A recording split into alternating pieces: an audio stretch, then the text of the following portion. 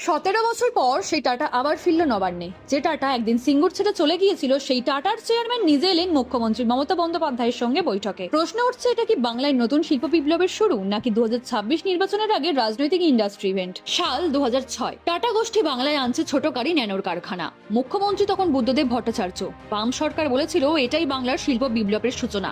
কিন্তু জমি অধিগ্রহণ ঘিরে কৃষকদের ক্ষোভ বাড়ে। বিরোধে ঝাঁপায় এক নাম, মমতা বন্দ্যোপাধ্যায়। স্লোগান ওঠে, জমি দেব না, চাষিদের রক্তে শিল্প হবে না। মৃত্যু, অবরোধ, অনশন, বাংলা উত্তাল হয়ে ওঠে।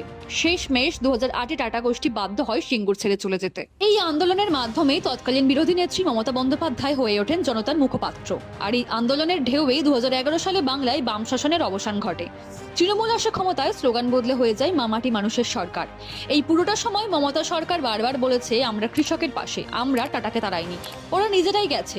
এমনকি আদালতের মাধ্যমে কৃষকদের জমিও ফেরত দিয়েছে সরকার। টাটা চলে গেল, প্রকল্প বন্ধ হলো, সিঙ্গুরের জমিতে পড়ে রইল অনিশ্চয়তা। তারপর কেটে গেল এক যুগেরও বেশি। কিন্তু 2025-এ নাটক ঘোরে। টাটার চেয়ারম্যান এন চন্দ্রশেখরন 9 জুলাই বুধবার নবান্নে এলেন মুখ্যমন্ত্রীর আমন্ত্রণে। সন্ধ্যায় হলো দীর্ঘ বৈঠক। সরকারি সূত্র বলছে, এই বৈঠকে রাজ্যের নতুন শিল্প স্থাপন এবং কর্মসংস্থান বৃদ্ধির সম্ভাবনা নিয়ে বিস্তারিত আলোচনা হয়েছে। এই বৈঠক নিছক সৌজন্য সাক্ষাৎ নয়, ব্যবসা বিনিয়োগের দ্বার খুলে দেওয়ার ইঙ্গিত। এবার প্রশ্ন, এতদিন পরে আবার কেন? সূত্র অনুযায়ী উত্তরপাড়ায় 40 একর জমিতে টিটাগড় রেল এবং টাটা যৌথভাবে ট্রেন কোচ তৈরির প্রজেক্ট নিচ্ছে। এই জমিটি আগে হিন্দুস্তান মোটরসের অন্তর্গত ছিল। 2022 সালে পশ্চিমবঙ্গ সরকার সেই জমি অধিগ্রহণ করে। সেই জমির মধ্য থেকে 40 একর জমি 99 বছরের জন্য 126 কোটির বিনিময়ে টিটাগড় রেল সিস্টেমসকে লিজে দিয়েছে। ওই জমিতে তৈরি হবে ট্রেন কোচ পরীক্ষণ ও কমিশনিং সেন্টার, যা ভবিষ্যতে বন্দে ভারত বা অন্যান্য আধুনিক রেল প্রকল্পের সঙ্গে যুক্ত হবে বলে আশা করা যাচ্ছে। এই প্রকল্পটিকে ঘিরেই শিল্পমহলে জোর আলোচনা শুরু হয়েছে। টাটা গোষ্ঠী ও রাজ্য সরকারের মধ্যে যৌথ উদ্যোগের বাস্তব রূপরেখা কি এবার সত্যিই তৈরি হচ্ছে?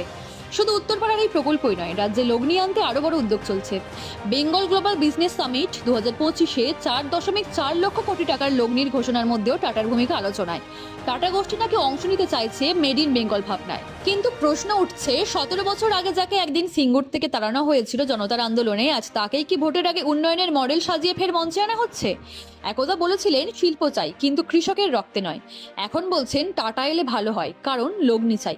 তাই অনেকের মনেই প্রশ্ন উঠছে, তখন কি নাটক ছিল, নাকি এখন চাষি তখন শুধু মঞ্চের চরিত্র ছিল? এখন ভোটের ডেট এগিয়ে আসছে বলে শিল্প আবার আলোয়।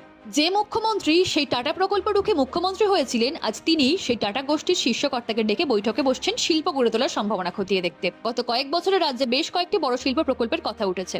তার মধ্যে silicon valley, West Bengal logistics hub, electric vehicle park, কিন্তু বেশিরভাগই এখনো কাগজে কলমে। তাহলে এই বৈঠক কি শুধু প্রতীকী, নাকি সত্যি এই বার্তা টাটারা ফিরে এসেছে, এবার কাজ শুরু?